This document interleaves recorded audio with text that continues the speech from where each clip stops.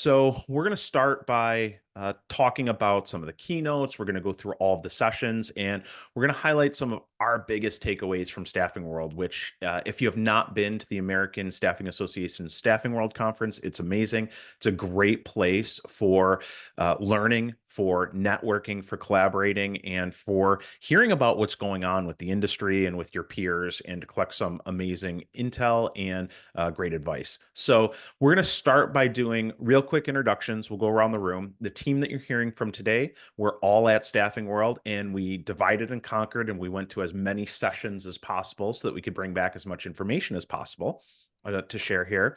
And then once we get through introductions, we'll turn our cameras off. We're going to jump right into slides. So without further ado, I'm Brad Smith. I'm the Chief Strategy Officer here at Haley Marketing Group. I want to say this was probably my, 15th or 16th Staffing World, and it was fantastic. Susan, you want to go next?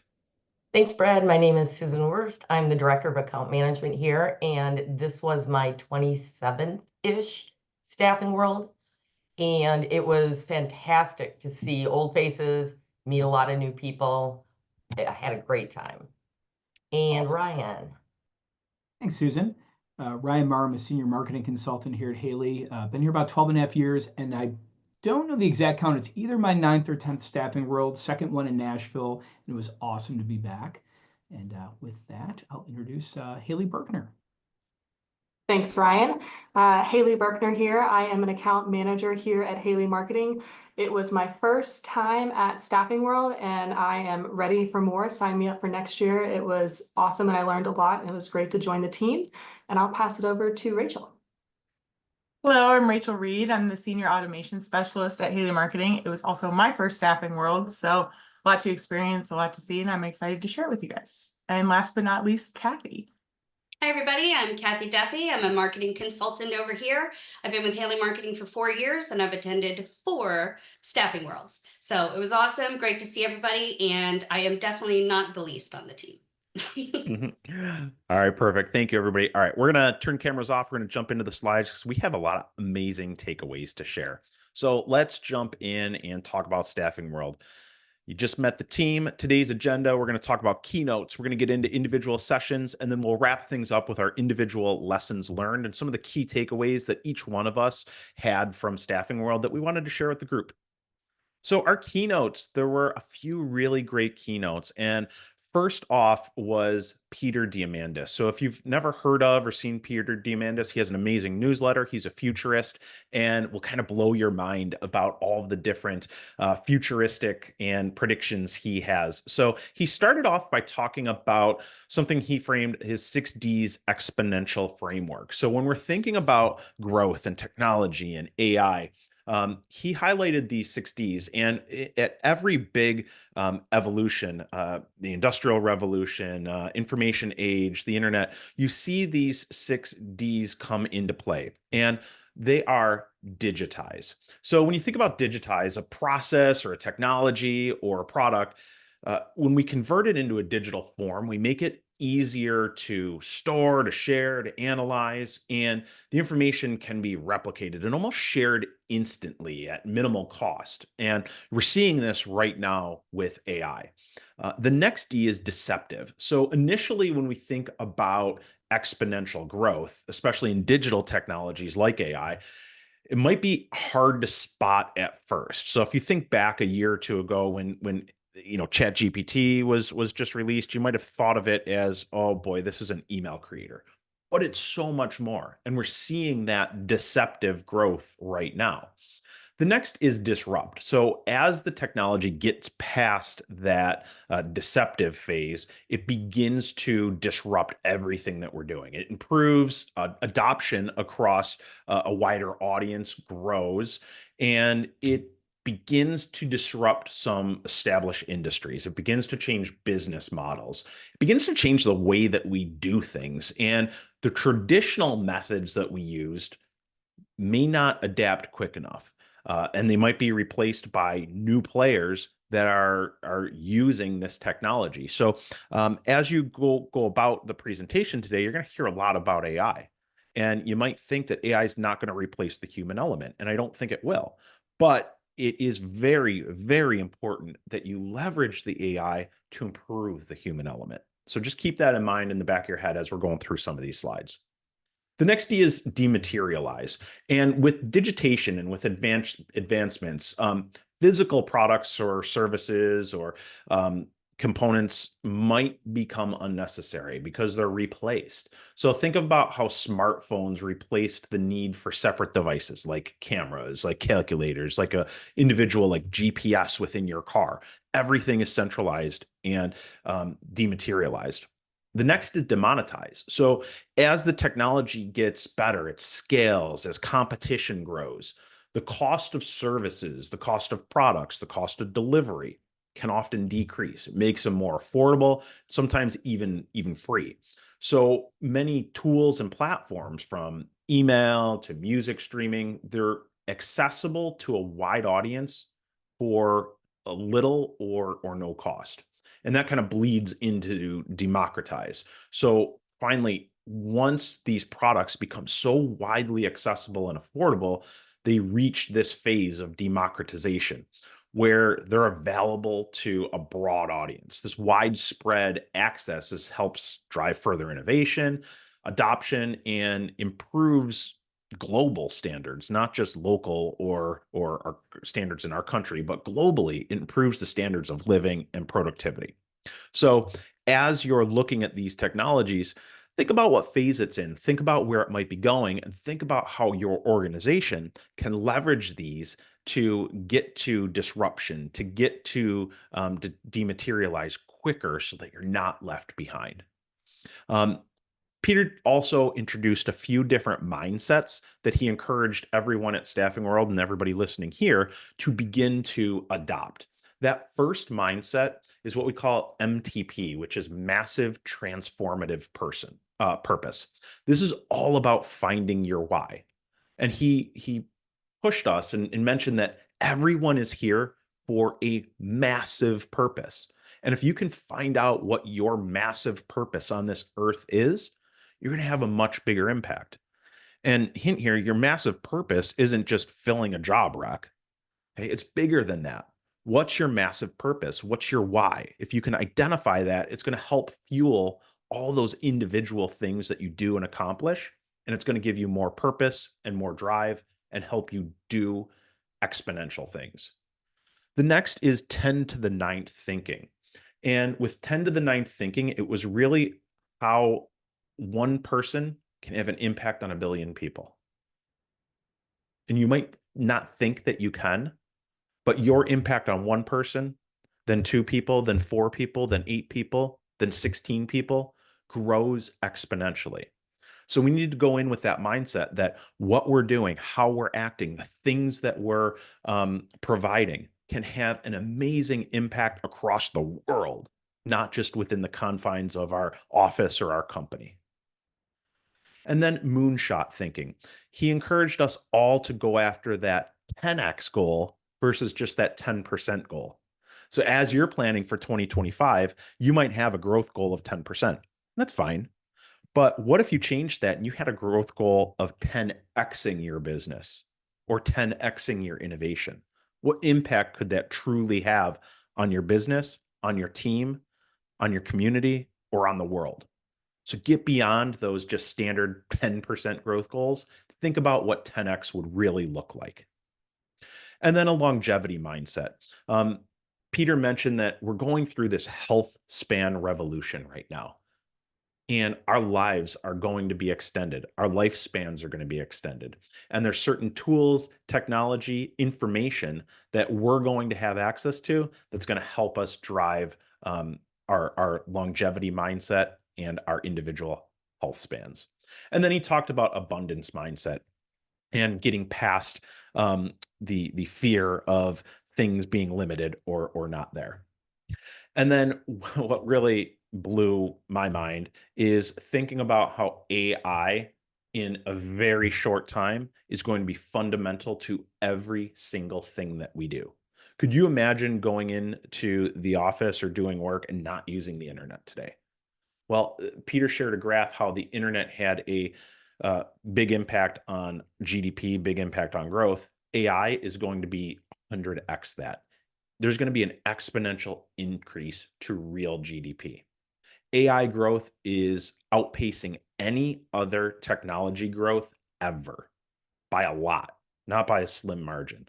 We're talking industrial revolution, we're talking steam engine, we're talking internet, we're talking everything. So it is outpacing that growth. And they mentioned by 2030, AI will surpass all human intelligence combined. That's not that far away. It's amazing to think that it is going to grow that fast. And he even shared a question that I left pondering. And he said, will staffing transition to a team of humanoid robots?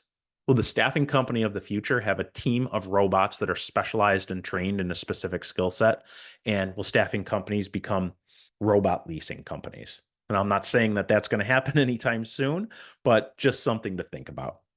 And with that said, I'm going to move on to our next breakout. Haley, you want to cover this one? Yeah, thanks, Brad. So I really enjoyed listening to Erica because using connectional intelligence and achieving breakthrough impact is something that I deal with day to day in my role as an account manager when I get to talk to, end users of people that are using the Haley marketing services all the way up to the decision makers. So what is connectional intelligence? Definition, to keep it very simple, the capability to unlock new and unrealized value by fully maximizing the power of networks and relationships. And she categorized this definition and gave us 4 laws of connectional intelligence to be able to really show you what this means outside of the definition. So the first is going to be value visibility. We're going to practice radical recognition. And this is going to be done just by being really transparent about your communication and also realizing, that end user. And we'll talk a little bit more about what those end users, the couple of types that we have. The second is going to be to communicate really carefully. Clarity before brevity. Are you putting in a lot of fluff to your one task? Are you creating extra tasks outside what actually should be done to accomplish what you're looking for? So what does that look like? Communicate really carefully, and being precise is better than being verbose sometimes. The third is going to be to collaborate competently. I really love this phrase that she used. She calls them the cut the crap committees. And what these are, I'm sure that lots of us have had the example of being in a meeting that could have simply been in an email, or coming to a meeting and maybe some things could have been gathered as pre-work before the meeting to make the meeting more effective. So really going into your organization and asking people, where do you think that we are kind of squandering time? And being able to listen to that feedback and make adjustments accordingly to be more productive throughout your day, because is there ever really enough time in the day? And the fourth law of connectional intelligence is going to be to trust totally. I think this is super important across the board, and it kind of speaks for itself. If you're not really trusting in your organization to give feedback over being more productive and kind of showing up to waste time, you're not really going to grow and expand much from that. Okay, outside the definition, how do you implement these things that I just talked about above? The first, very simple. Think before you type. Your first impression is going to be digital, so think about who is on the other side of that email and how they're going to react to what you're sending over. Is it really clear and simplified? Could a kindergartner understand from what you're trying to do and achieve from the email and the action to be taken? The second is going to be to send questions and ideas ahead of scheduled calls. This is super important throughout maybe your sales process, to have anybody go ahead and share over key things you may need to do to prepare and show a company what you're worth, or, from a candidate perspective, what do you need from me in order to show up prepared for an interview? So lots of different places you can inject that across your organization. And finally, think about your receiver's communication style. Before it goes to the next slide, we're going to talk about a couple of different types of communicators, and they're going to be pretty common from what you've seen in your day-to-day conversations. Thanks for Brad for sharing it over. There are 2 different types of communicators: the digital natives. These are going to have a preference for more informal mediums like text and IM. They're scared of calling on the phone, and they're more frequent, shorter messages. So if you think you're talking to someone that is more of a digital native, maybe changing how you're reaching that person would make the conversation more effective to get what you're actually trying to from them. The second type was the digital adapters, and these are going to have people that have preference for phone calls and in-person meetings. They're not so great at newer technology, and they need less frequent messages, but higher quality, more instructions, very bulleted and concise. So it was great to be able to hear from Erica on these different types of people that we're communicating with day to day, and then also, check yourself within your own organization to make sure you're being the most productive. And with that, I will go ahead and pass it to Ryan. Or sorry, pass it back to Brad. No problem. Thank you for those were our two big keynotes that we had takeaways from, and again, they're awesome. Maybe didn't do them justice, but some great takeaways there. Now we're going to hop into sessions where most of them were 1-hour sessions with some very specific takeaways on individual topics. So let's start off by talking about the panel on trending tech. Yeah, thanks, Brad. I attended this session because I love learning what's new and different and was curious how things have evolved since last year. So the Tech Tools session brought together experts from Kelly Services, Talent Resources, and Talent Tech Labs to discuss the rapid evolution of technology, which you're going to hear probably throughout this entire presentation. But they shared examples of how AI is transforming staffing operations. So not just in theory, but with real solutions that companies are using right now. What caught my attention big time was that only 26% of companies are currently using AI in their staffing processes, which I thought was a pretty low number. But what this means for you is there's a real chance to get ahead of the competition by strategically implementing these tools. And the best part is the technology is now far more accessible and user-friendly than it was even a year ago. And even though they shared a ton of different examples and different vendors, to keep it brief during my time, I'm really just going to focus on 3 key areas where I see immediate value for you. So first, companies are using AI to dramatically improve their talent acquisition. So imagine being able to match candidates more accurately, screen more efficiently, and even handle higher volumes all at one time. Experts are seeing companies reduce time to fill by up to 30%, while they're also improving that match quality. This could mean filling positions faster with candidates who are even a better fit. Second, there are exciting advancements in sales and client engagement, which is particularly interesting to me as a marketing consultant, Haley Marketing. But AI tools can now help companies identify the leads that are most likely to convert and then also automate follow-ups. These tools analyze past successful placements and client interactions so that we can predict what the most promising opportunities are, which allow your sales team to focus their energy on the leads that matter the most. But don't worry, if you're in sales, it's not going to replace the sales team. It'll just help you scale your efforts. And third, where I see some quick wins is AI is streamlining day-to-day operations. So tasks like writing job descriptions, managing schedules, and handling documentation are becoming more and more efficient. For example, scheduling that used to take hours can now be done in minutes, and AI can craft detailed, engaging job descriptions at the push of a button. So this could save your team hours each week, freeing them up to focus on building those client relationships, enhancing candidate retention, and ultimately driving strategic growth. And the good news is that success with AI doesn't require you to do a complete overhaul. Most of the successful companies start really small. They focus on a specific area to improve, and then they build from there. The key for this is getting your team to get comfortable with these tools. So many firms are designated AI champions. Those are enthusiastic team members who drive adoption and share best practices. So it's not really about technical expertise. It's about getting people to want to improve the processes. With 74% of staffing firms not yet using these tools, there is a huge opportunity for you to gain competitive edge. So this window's not going to stay open forever. These tools are getting easier to use every day, and early adopters are already seeing impressive results. So I'd recommend getting started today. And to help you guys out with that, on the side of the screen in the gray box, I put together a reference guide with solutions that are making a real impact. Most of these were demonstrated live at the conference and showed how really useful and effective they are. And with that, I'll pass it over to Ryan.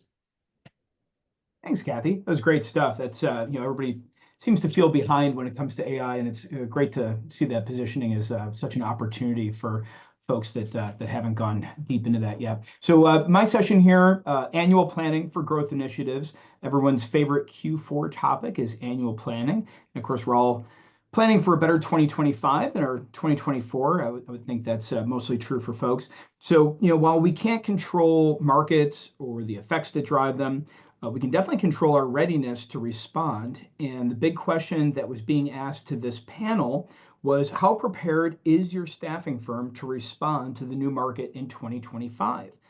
So we had panel experts weighing in on sales planning, financial planning, and technology planning. So starting with finance, John Davis from Signature Back Office gave us an outline of where our focus should be for 2025 planning, starting with diversifying your revenue streams. So we all know you don't want most of your eggs in a single basket, but to realize diversification, you really have to plan out what percent of business you want to achieve across your client base and either service lines or verticals. I know from a marketing perspective, we spent a lot of time in 2024 helping our clients grow into new industries. Maybe they moved to construction when warehousing was down, or we built out direct marketing campaigns around different service offerings like exec search or temp to hire when their core contract business was facing headwinds. So, thinking about how you can diversify those ways. The second is to implement a client profitability analysis. And, it seems like a no-brainer, but if you don't truly understand what revenue equates to net income, you can't effectively game plan to increase your bottom line. The three main things you want to assess for profitability are margin, number of jobs or volume, and the length of the contract or the term.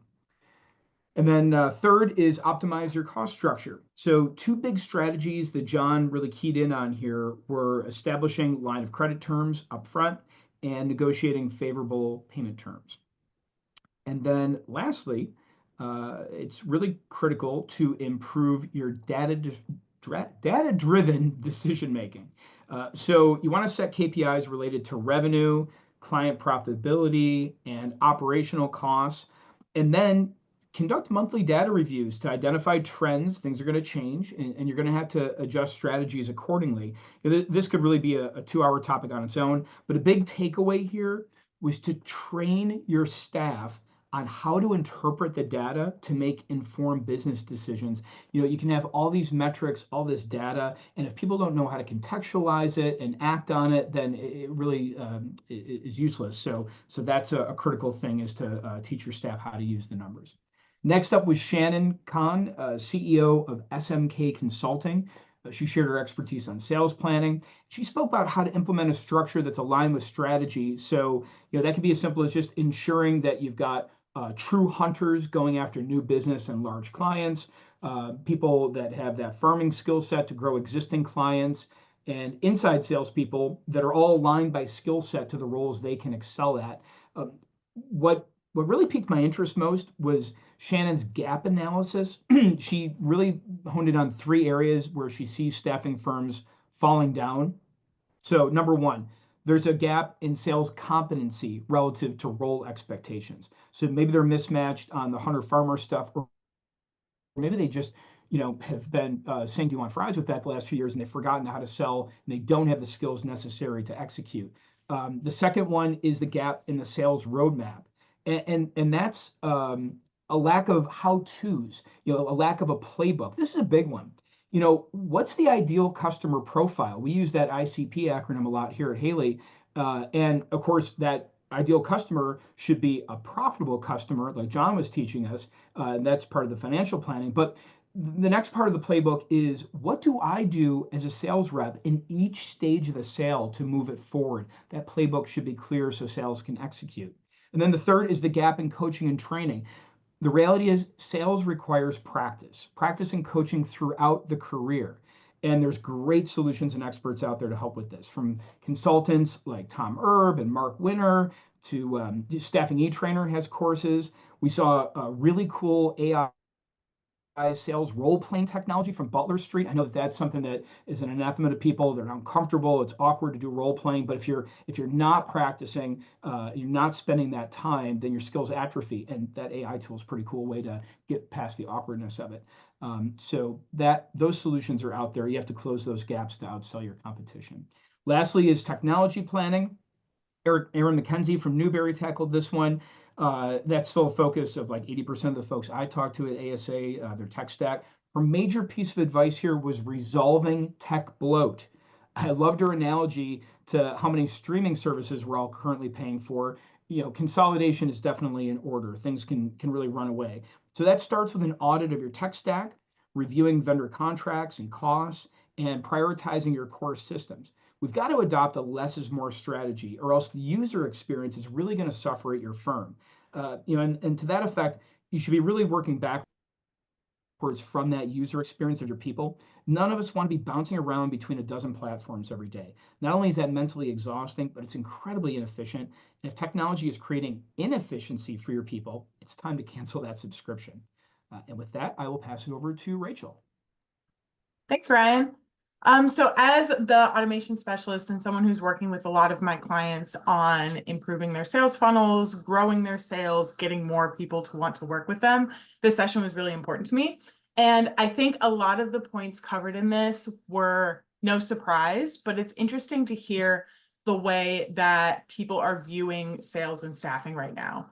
And I think the main thing that they covered was when you're selling to someone, you're selling to someone to solve a problem and to change the way that people think about their problem. We're all getting sold to a lot in a bunch of different ways, and thinking about the approach that's like, hey, I know you need temps, I have temps for you, just doesn't work anymore.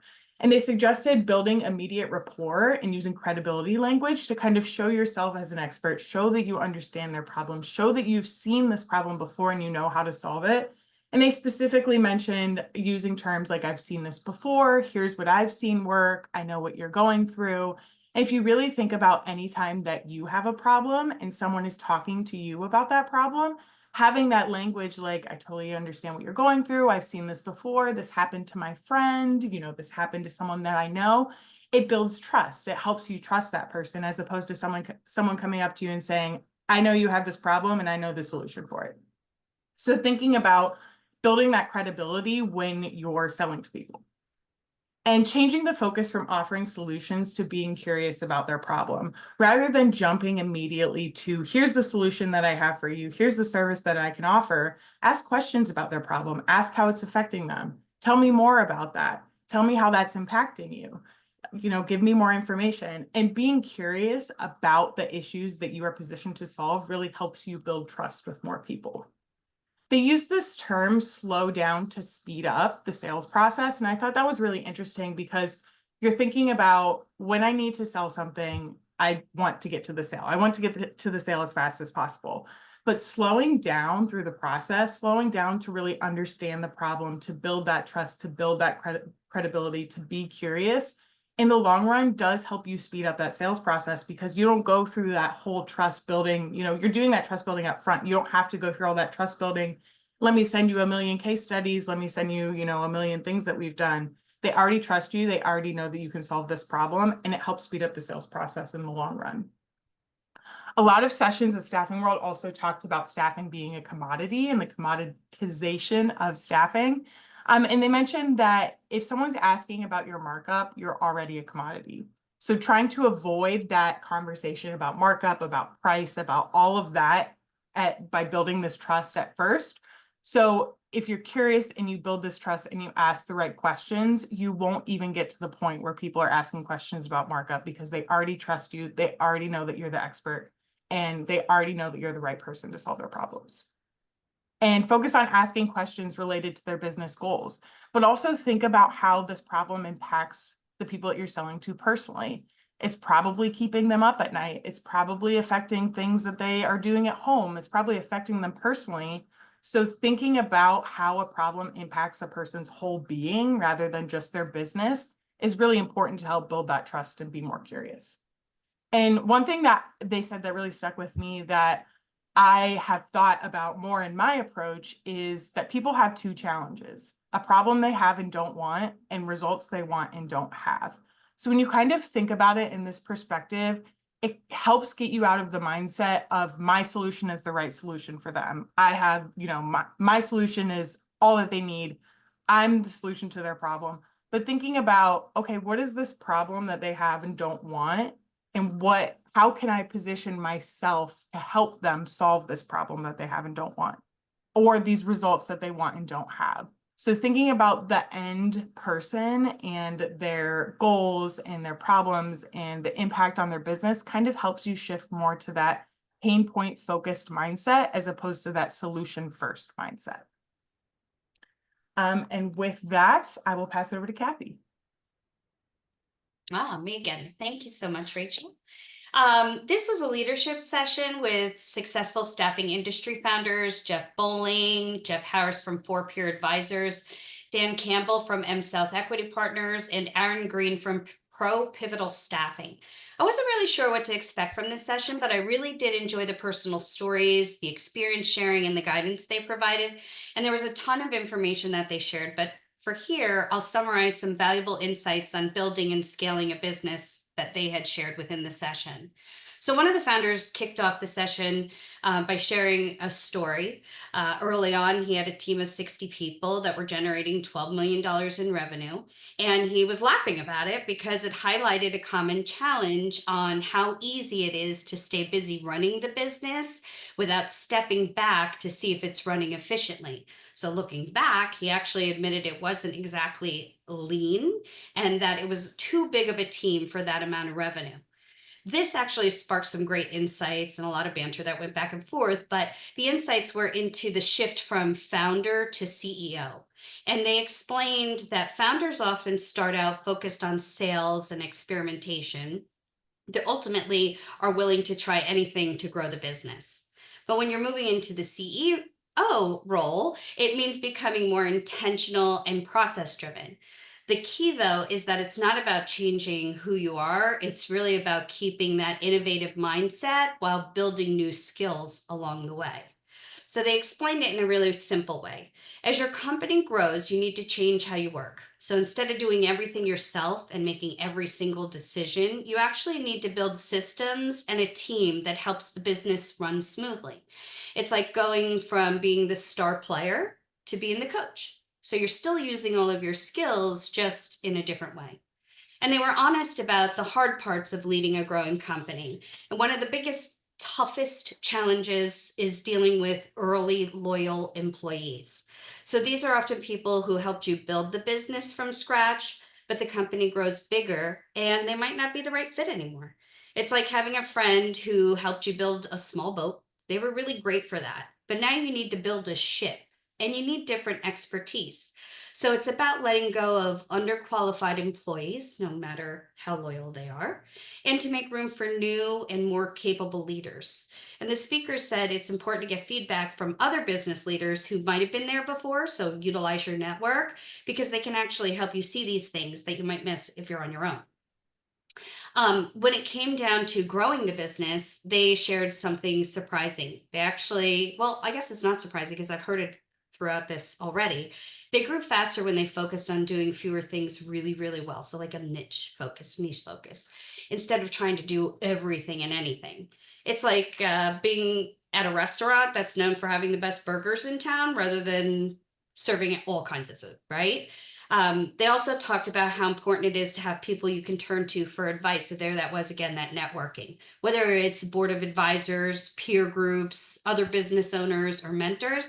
And actually, I think these 4 gentlemen are part of a group and they bounce ideas off of each other. The major takeaway that I think they wanted us to remember is that growing a successful staffing company isn't just about working harder and harder. It's about growing as a leader, the importance of continuous learning, self-awareness, and building the right foundation for your business to get bigger and stronger. And Ryan, I'll pass the baton to you. Oh, I think it's me. Oh, Rachel. We're just passing back and forth. So I love Barbara Bruno's session on attracting the best clients. I think there are a lot of themes in the sessions that I attended around sales and how sales is changing. And like I said earlier, it's no surprise that these things are new and these things are coming about, but it's really reassuring to hear that a lot of the things that we talk about in Haley Marketing about being solutions focused and sharing content, educating is a lot of what a lot of other people are talking about in the industry too. But something really interesting that Barbara Bruno said was that to tap into your recruiters for sales success, your recruiters know where candidates do and don't want to work. Your recruiters are tapped into the businesses. They have access to the companies who are using recruiting services. So you can almost bypass that whole piece of we need to find people who are hiring or find people that use staffing companies because your recruiters already know who those companies are. And using recruiter relationships to your advantage, your recruiters can talk to the talent about the places that they're working. Your recruiters can talk to the talent about places that they do want to work. Your recruiters have access to a lot of knowledge that the talent has that you can use for sales success. Something else that she had talked a lot about was buying signals. And something really interesting to me that she mentioned was that objections are essentially buying signals. If someone gets to the point where they give you an objection based on price or time or any type of objection, they are considering buying, but they have reached a roadblock in that buying process. So learning how to overcome those roadblocks is really important to getting through to a lot more clients. And something that we talk about a lot, something that we always mention how many touch points you need to really break through to your decision makers. She said that it takes an average of seeing your business 6 times for someone to just even recognize your name. So one phone call or one email or one drop by might not be enough now. You really need to make sure that you're sending multiple touch points. You're reaching out to your target clients multiple times, knowing that it might take 6 times before someone even knows who you are. And something that is very similar with the other session that I attended, to get to know clients on a personal level. She said you want to be their best friend. You want to know about their life. You want to know about their interests. You want to know who they are because it kind of helps you break through and build that trust and build that personal relationship with the people that you're targeting. So you're not a salesperson to them. You're their confidant. You're their friend. You're, someone that they know and trust. And she mentioned that no one's allowing people to talk about themselves anymore. And I think that's so true. Like thinking about if someone tries to sell to me, I'm a huge Cleveland Browns fan, and I know that that's super upsetting for me and all the other Cleveland Browns fans. But if someone were to reach out to me and start talking about the Cleveland Browns season, I would be a lot more inclined to talk to them rather than if someone reached out to me and just said, hey, do you need this service? So think about that. Think about allowing people to talk about themselves. Think about allowing people to open up to you and learning more about people personally. And like I'd mentioned before, don't talk about what you do. Talk about how you can benefit someone. Think about how your services are positioned to solve someone's pain points rather than just pushing your services on someone else. I think that's the most important thing in sales right now, is not just pushing your services to the masses and pushing your services to someone else, but really thinking about what problems do these people have? What issues do they need solved? And how can my services help them solve those solutions or help them find solutions to those problems? And next we'll give it to Ryan. Thanks, Rachel. Love Barb. That's great stuff. Yeah, so my session was why specialty will become recruitment's next it word. And to Julie's credit here, Julie Labrie, she's the president and owner of Blue Sky Personnel Solutions. She ran this session. She actually changed it, I believe, in the session to why specialty will become the dominant force in recruitment. That's a bit better. I mean, this has obviously been something that, when I started at Haley 12 years ago was incredibly important, but here's why it's even more important. Let's talk about the current landscape. So employers are time-strapped and overwhelmed. I mean, who isn't? But we definitely know that the clients are facing this. And in addition to that, the job seekers are exhausted and frustrated. A lot of them are facing this black hole of, I just sent hundreds of applications. I'm not hearing anything. I'm not even getting automated responses from a bunch of them. So very frustrated on both sides. And both employers and job seekers, they need to know exactly where to look for their specific needs. They don't want to, play the guessing game. They'll start viewing everyone as the same unless they see, oh yeah, this is what I do. This is what can be done for me. So that's obviously why specialization is critical. So I wanted to dive right into how you can evaluate your niche. If you're considering that, there's some great indicators that you can use to identify whether you'll have success. So first, you want to assess the number of job openings and the number of new candidates in the market. And you can identify the number of qualified passive candidates as well, just by looking at the global employment numbers for whatever that niche is. The number of unemployed candidates, the candidate job duration, how long are they on assignment? That might help you determine whether you're looking at contract, temp to hire, or permanent placement. You can also be looking at your competitors' business models and their rates, and that'll give you some insight as to how competitive the industry is. There's the demand for recruiters in your niche, and that can tip you off to both the potential of the industry, but also the competition rate and how fierce that is. And then there's your connections in the niche. So Julie had the benefit. So she started a generalist operation back in 2001, and she's up in Toronto. And Julie has a pronounced French accent, and people started asking her. She just kind of lucked into it. Hey, can you help us find bilingual talent? And that became her specialization. But you might not be as fortunate as that. It might not just be kismet like it was for Julie. Those are all the things you can do to evaluate whether or not you can be successful with a niche. But just want to hit on here. Julie shared that she was way happier and she found the job way less overwhelming when she did have that focus on bilingual talent. So really set her apart. The other thing is, Julie knows based on where someone went to school, whether they'll be bilingual. Stuff that's not on a resume, AI is not going to scrape it. So you get a lot of value in being able to, and a lot of value you can offer to both your clients and talent when you've got that specialization. The last thing here, there's so many people that are still reticent. They don't want to close doors. They don't want to narrow down to a specialization. They want to take all business. Ryan, in these times, we were down 15 to 20%. Why would we say no to anyone? Look, specialization is just an idea. Julie really hit this home. It doesn't cost anything.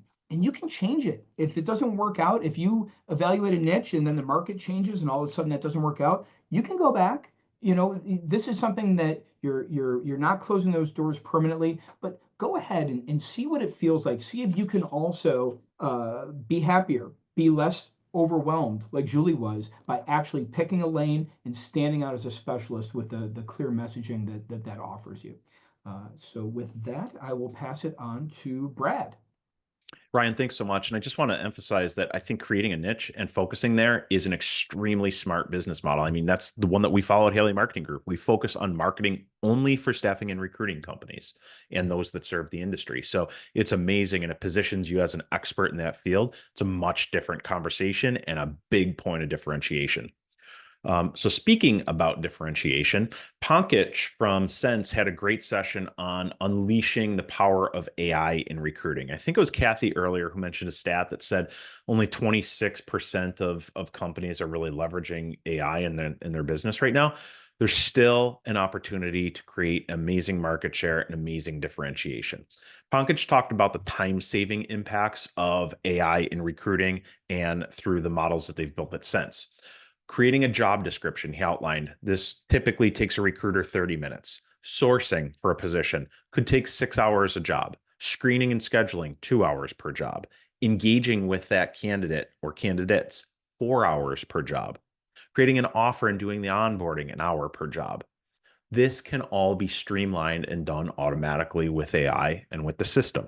Huge time savings, and we're not removing the human. We're giving the human recruiter more opportunity to build stronger personal connections. And then if we look at candidate and job search behaviors, 56% of the search and apply happens after hours. Your recruiters aren't working then. We're in an instant gratification model right now. People want immediate answers. the AI can help give them immediate answers. The average person is also going to apply to 12 jobs at the same time. They're using automation to apply for a wider range of positions. You don't have the man hours to manage that all manually. You need to invest in the power of AI. And 66% of applications are made from mobile. Again, they want instant gratification. They want a chat feature. They want to communicate in a way that's easy and convenient and immediate. So leverage this in your recruiting efforts. They're doing this through AI chatbot and conversational voice. This automates the candidate engagement experience, and that happens 24/7. That doesn't just happen during business hours. That happens overnight when they're actually making those applications, happens over the weekend. That happens at Sunday night at 8 a.m. when they're fearing they're going to the job in the morning, they're looking for opportunities. Use these tools to your advantage. You can automate the matching, the screening, the scheduling, the reference checks, and more. And what's great about the conversational voice and the chatbot is it picks up and auto detects multiple languages. So it can extend the capabilities. And then it transcribes those responses, and the summary can be synced with your ATS. So one of the challenges that I hear all the time is that recruiters, salespeople aren't using the ATS. This does it for you. And the satisfaction rate on the candidate side is even higher than it is with a human recruiter. So great opportunity for us there. Now I'm going to pass it over to Susan to talk about emotional intelligence. Thanks, Brad. Finally, my turn. I did not get to attend as many sessions as I wanted. I was having conversations with people in the booth and I kept losing track of time. But I made sure that I attended this session because emotional intelligence is something I have been fascinated with and very interested in a very long time. So this session was led by Dr. Stacia Alexander, and along with being a clinical psychotherapist, is an incredibly engaging speaker. If you ever have an opportunity to see her speak, I highly recommend it. She invited us all to jump in at any time with questions or comments about what she was saying, which led to some great discussions and added to the experience of the session. So first, she broke down for us what the different components of emotional intelligence are, which is self-awareness, self-regulation, motivation, empathy, and social skills. Then the discussion turned to how emotional intelligence can help in staffing. So emotional intelligence helps avoid biases in hiring. Self-regulation helps to pause and check biases, and using empathy allows you to look beyond first impressions. Another way emotional intelligence can help in staffing is with retention and conflict resolution. Not only in staffing, but all industries, obviously. Leaders with good EI use empathy to address employees' needs, prevent burnout. It facilitates conflict resolution by helping you understand different perspectives, and it helps foster a positive workplace culture, which improves team dynamics, resulting in, obviously, increased productivity. She closed by giving us some EI tips. First, develop EI through daily practices like self-reflection and empathy building. Use active listening techniques with candidates and team members, and develop strong social skills to improve team and client relationships. She said something that I really liked. She gave us the tip to check for your mood before going into a meeting or a call, and also check your staff's mood, then course correct. I absolutely love that. So next, I'm going to throw it back to Brad. Thanks so much, Susan. So this session was on mastering sales success, and you're seeing a trend here. You're seeing AI, and you're seeing sales and lead generation. So there were some great strategies shared by Casey Jockick from Winning the Relationship and Lenore Conbrief, the Chief Revenue Officer with ASA. And they talked about making sure that you are relationship selling and not transactional selling. So relationship selling is going to increase retention, trust, give you more market share. And I love this quote. It's better to be interested than interesting. I think it was Kathy earlier that mentioned how important it is to ask the right questions and be interested in what the prospect has to say. Next is making sure you define your ICP, your ideal client profile, and your value proposition, why you matter in that equation. So ask yourself and ask your team these questions. Why does your company exist? What problems do we solve for our customers? How do we solve these problems differently or better than the competition? And then where's our proof? What stories can we share from the client's perspective that outlines how we solve this? You need to ask your internal team these questions and make sure that everyone has an answer and a consistent answer. Next, selling is about, again, asking the right questions. And I love this. I love this question. I shared this with Ryan from our team, and he said he was going to start implementing this right away. Ask the question, before we get started today, what would an ideal outcome for you be in the time that we have? So before we get started, what would an ideal outcome for you in the time that we have today?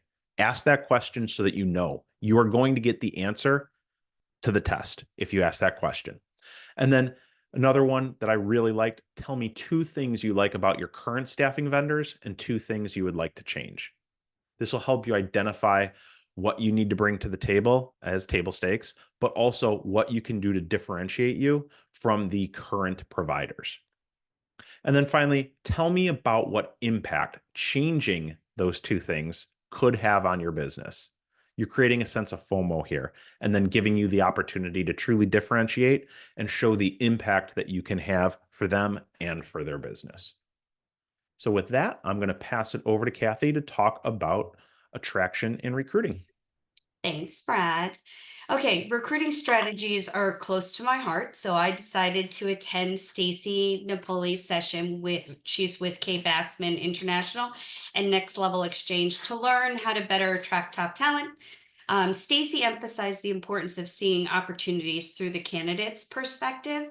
She explained, like any major life decision, job changes start with emotion and then are later justified with logic. So when a candidate receives an offer, they envision the role, the commute, the boss, and the impact of their family, all factors that fuel their excitement and ultimately their decision. So research actually shows 5 key factors that truly motivate candidates to make a move. And believe it or not, salary is not at the top. So it's usually quality of life improvements at work and home, professional ego and feeling valued. Every candidate wants to know that they'll be in an environment where their contributions matter and they get recognized. Career advancement opportunities. We must show, not just tell, how your company actually develops talent.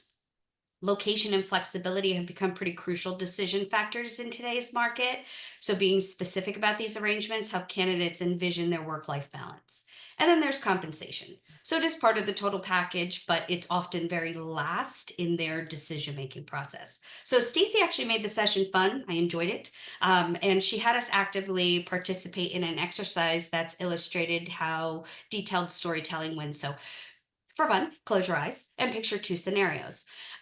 First, you'll have an office with a desk, 4 walls, and a door. That's it. Yikes. Can you picture it? I don't know about you guys, but my vision feels very lonely, cold, and gray. Now compare that to your private office features an adjustable standing desk, dual monitors, large windows overlooking the city skyline, just steps from our rooftop garden where the team members enjoy lunch breaks. So much more appealing, right? When we're vague, candidates fill in the blanks, just like I did on my own, right? And they're typically negative. But when we actually paint a very clear picture, we can control the narrative and help them envision their future. And why this matters is because candidates aren't making that decision on their own. They usually go home, they talk to their spouse, their family, their friends. So when you give them specific details about the company, culture, leadership, work environment, they can share those stories with their support system and get them excited too. So next slide. The data is pretty clear. People don't leave jobs just because of salary. In fact, 80% leave because they don't feel appreciated. 63% leave due to issues with leadership. So even though salary does play a role, it's rarely the main reason. So before we dive into the specifics of requirement or pay, you really just need to start with attraction. So make sure you're painting a picture and sharing your story. So on to Susan. Thanks, Kathy. I attended was a panel session on traditional methods to grow your staffing firm. I was really curious about this and to find out what they were going to talk about. The panel consisted of Miriam Duchesne from Allant Workforce Solutions, Margot McDonald from the Cable Group, and Barry Vince from Motive Workforce Solutions. The focus of the session was on one untraditional method to grow your staffing firm, which is to create a nonprofit organization that sells staffing services at no cost to the company by placing people from disadvantaged backgrounds. You do this by developing partnerships with local nonprofits who support individuals from disadvantaged backgrounds who need work. And Barry talked about how he hired someone dedicated to running the nonprofit, but was able to keep costs low by utilizing the for-profit firm's resources, such as office space, equipment, marketing materials, and staff. He figured the annual cost to run the nonprofit was about $100,000. The for-profit team members devote time to volunteering for the nonprofit by assisting with resume building, coaching on interview skills, and online positioning. They put business development efforts toward potential new industries that the for-profit may not have previously served or targeted. The result was an increase in business for the for-profit firm. The nonprofit gave them access to more meaningful relationships with high-level decision makers they may not have gotten an audience with previously. Their contract labor increased 300%. Selling with a noble purpose creates an easy door opener, as you can imagine, for the sales team. And Margot also mentioned that it's a great marketing differentiator, which makes perfect sense. And she's been able to get her foot in with MSPs she may not have been able to get in with as a result of the nonprofit. And next up, we have Ryan. Thanks, Susan. So Eric Gregg from Clearly Rated really knocked it out of the park with this one. And I think it could have been a keynote. I was happy it was really well attended. I'm going to cruise through it here, looking at the clock. But he started with where we've been and looking ahead to 2025 and unlocking growth. 24 months of headwinds in temp staffing used to be 2.14% of total employment. Now it's down to 1.7%.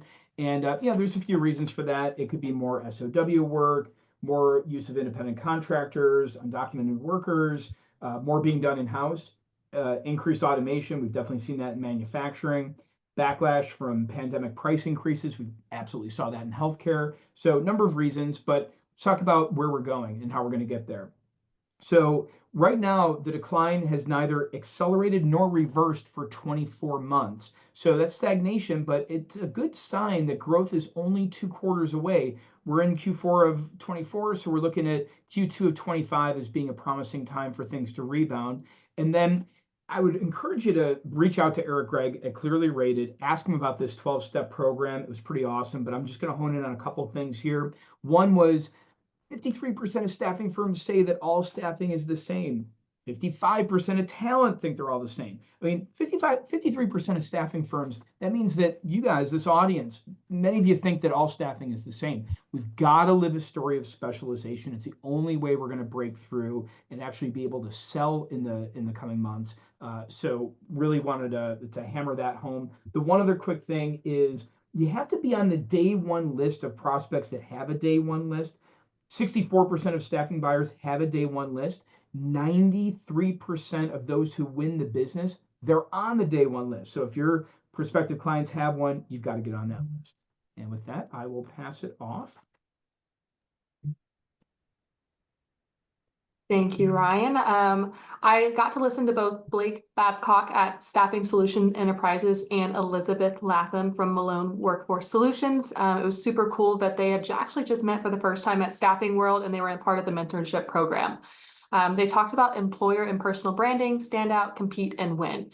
So what do you do whenever you're evaluating your brand? You're first going to get back to the basics of discovering who your company is and what they do. Then you're going to dive into position yourself as the expert. Don't just say we're the best at what we do. Really dig into why you are. The next thing you're going to do is you want to really enhance your employer brand. You're going to want to generate awareness, whether that's through social media, surround sound marketing, radio ads, email marketing, face-to-face contact. What are you doing to really enhance your employer brand? And are you actually going through that candidate or client experience through your digital marketing efforts of going to your website and filling out a contact us form? Or are there a lot of blanks? There are a lot of hurdles before someone actually converts. And, why the heck does this all matter? They've got some really good percentages as to why it does matter in the end. And you're going to see a decrease in your cost per hire, an increase of the number of candidates that really do consider the company's brand before applying, a reduction in turnover, and of course, you're going to lead candidates to more referrals, which is going to help you get more conversions in the end. And with that, I'll pass it back to Brad. Thank you so much, Haley. All right, I believe this is our last breakout, and I'm honored to have done this one. This is I got a chance to speak at Staffing World again this year, and I talked about crushing your sales goals and really thinking about how to build a system with AI to do this. And we're going to give you some free takeaways and tools here. So the first thing that we've talked a lot about is making sure that you have an ICP or an ideal client profile. We've created a AI to do this for you. Again, these are going to all be free for you. You're going to get a QR code here in a second, but it'll identify goals, the needs, the pain points, the objections, how to reach these buyers. Then we have a content planning AI that will do all of the content and SEO planning for you. Then we have a social snippets GPT. So once you have this amazing, great content, you can turn this into social posts that are optimized for each different social network. Then we have a sales outreach GPT. It'll take all this amazing content that's already been designed for the buyer persona that you're going after. It's going to turn this into a sales outreach email. And then you can work with Rachel from our team to automate this through Apollo to get this out to the masses and drive more inbound sales leads for your team. Then we have a tool called Talent Scribe that's going to auto-generate blog content for you. So you don't need to start from scratch with any of this content. It'll create amazing content automatically for you. Then we have something called Talent Pages, which will auto-generate SEO landing pages and help you rank your staffing company at scale for different industries, different geographies, different types of positions. Again, all using AI, a marketing system completely built with AI. You can use the QR code here or visit our haleymarketing.com/AI digital marketing system landing page. You can get access to all of these and begin testing these tools out for your business and really put your marketing on overdrive. So with that said, we're going to transition to lessons learned, and we'll wrap this up pretty quickly. I know we're a little over. So for my lessons learned, I had a few key takeaways. Embrace that exponential change with a future-driven mindset. Instead of thinking 10% growth, think 10x growth. Adopt that MTP, that massive transformative purpose. Figure out why you're here on this earth and understand that technology is growing. So Moore's law really is no more. Instead of computational power doubling, it may be 100x. So we're going to see rapid growth. Embrace it. And then shift from that transactional to relationship-based sales. Okay, define your ICP, define your unique selling proposition, and build that relationship. And then finally, embrace that exponential power of AI. It's going to start with automating some of those repetitive tasks. Take advantage of those GPTs that I just mentioned. Encourage your mindset shift across your teams and think beyond today. And think about maybe that army of humanoid robots in the future. And Susan, what were some of your takeaways? My first takeaway was AI is 68 years old. So why the heck is it taking off now?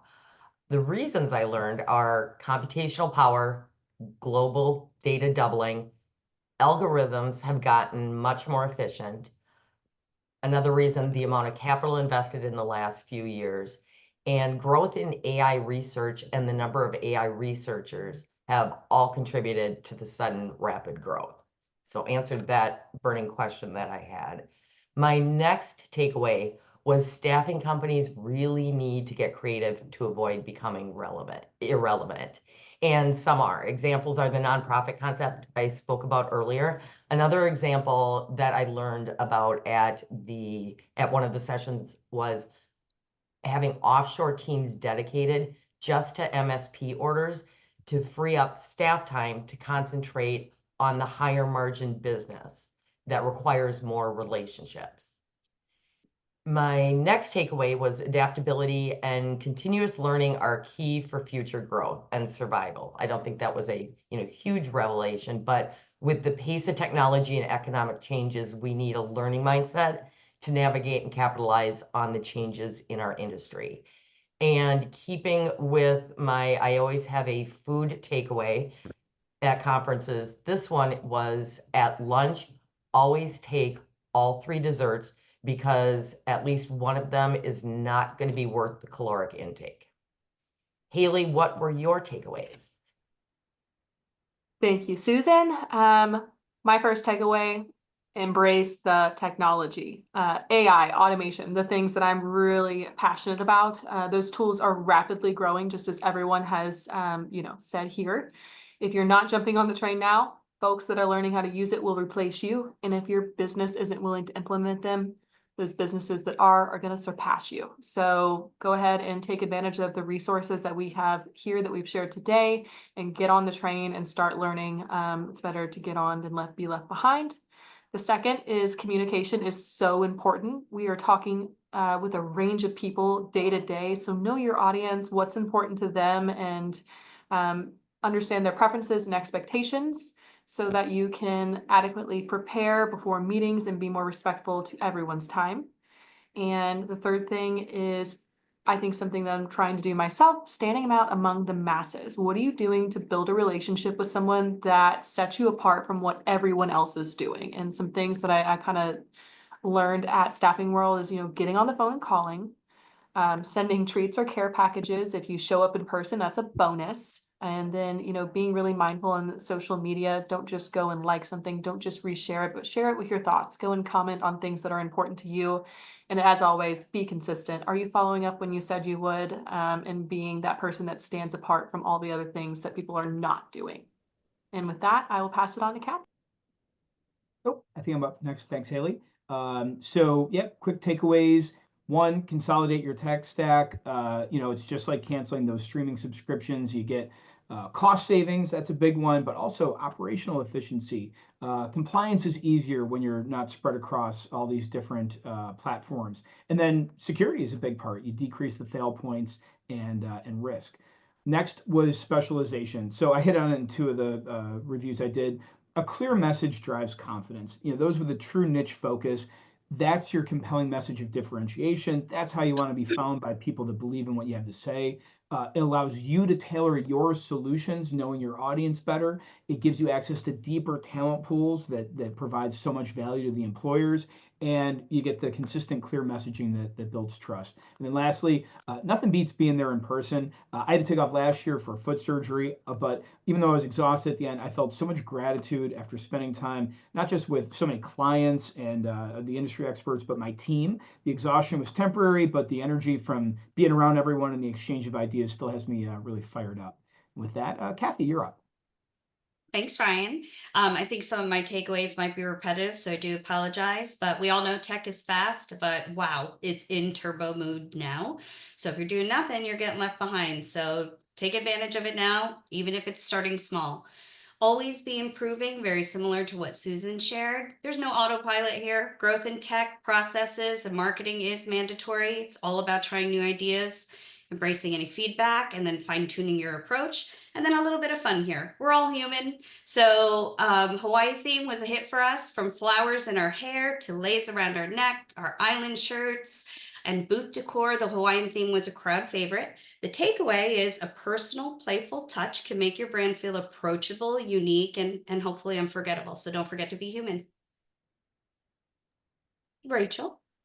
For me, I feel like a broken record here, but the way that we sell is changing. It's not enough to just sell on solutions now, and personal relationships are more important now than ever. So focusing on building those personal relationships and thinking about your buyer's pain points is really important in the sales process, and stop talking about what you do and focus on what you can do for your clients.